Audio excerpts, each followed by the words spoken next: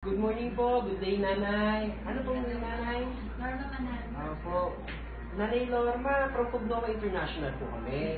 Actually, nabalitaan lang po namin na si Ate Janice po pala, Ate Janice po ba, is nagka-dengue. Ngayon nay, okay lang ba makwento mo sa amin kung ano yung naramdaman niya bago siya ma-diagnose sa may dengue? Lumagtay po ang ko nitong probiotic. Lumakas po yung katawan niya. Halos 3 days po siya confined na dito. Nga po kami ni Tita Apple. Nakita po namin dito sa loob ng hospital. Sabi niya, subukan pa daw po mag-take ng probiotic. Kung mayroon po, ayaw kong maliwala dahil may nire-repeto naman po ang doktor. Ngayon po, sa mga paliwanag niya, para kung okay sa data din, itinaray ko nga po. Pero malaki naman po, pinagbabago talaga ng batay. Ilang araw po siyang nilagnat bago siya madali? Bago namin po nadali sa hospital, halos 1 week na po itong pabalik-balik ang lagnat. So kumbaga, siyempre pasokan po diba, kung papasok po siya may lagnat Tuloy siya. din po ang kanyang paso. Dahil kaya naman daw po ng kanyang katawan. Pero po, dumating sa time na talagang hindi na niya kinaya. Hindi maaaring hindi na talaga ipag-check up hanggang sa ma-admit na po. Ma-admit na po talaga dito. Now, gaano po ka, siyempre may platelets, yun po.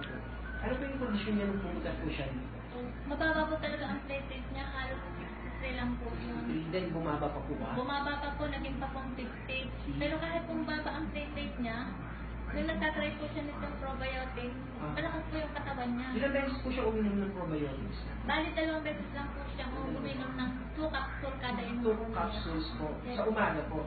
Opo, sa umaga po. Saka po sa gabi, 2 capsules. Ano po yung nakita niyo, changes nung uminom siya ng Profit Tea?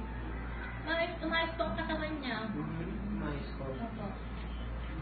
Ano po sabi ng doktor? Tapos siya po ay kumain, nakakakain na. Kahit po siya ay may lagnat, napipilitan pa din kumain. Opo. Dahil nga po parang malaki nga po, talaga talaga nitong May ano sabi ng doktor nung nakita yung pagbabago ni Ate Janice? Sabi po, tuloy-tuloy lang at nang makalabas. Nay, last question naman po, Nay, kasi very glad po ang Cognoa International na nag-testimony po kayo. Sa tingin niyo po, Nay, may recommend niyo po ba itong sa mga, let's say, sa mga nagkasakit din po ng dengue, ang probiotics ng Cognoa International? Yes naman po. Pwede po subukan ninyo ito para po maniwala kayo. Wala naman pong masama dahil ito naman po ay food supplement. Ate Janice, kamusta ang pakiramdam mo? Mabuti po ba? Okay na po ba? Okay na. Nay, salamat po sa testimony niyo, para Maraming din po salamat sa probiotics. Ay, salamat po. Thank you po. Again, we are Cognoa. We want to help others.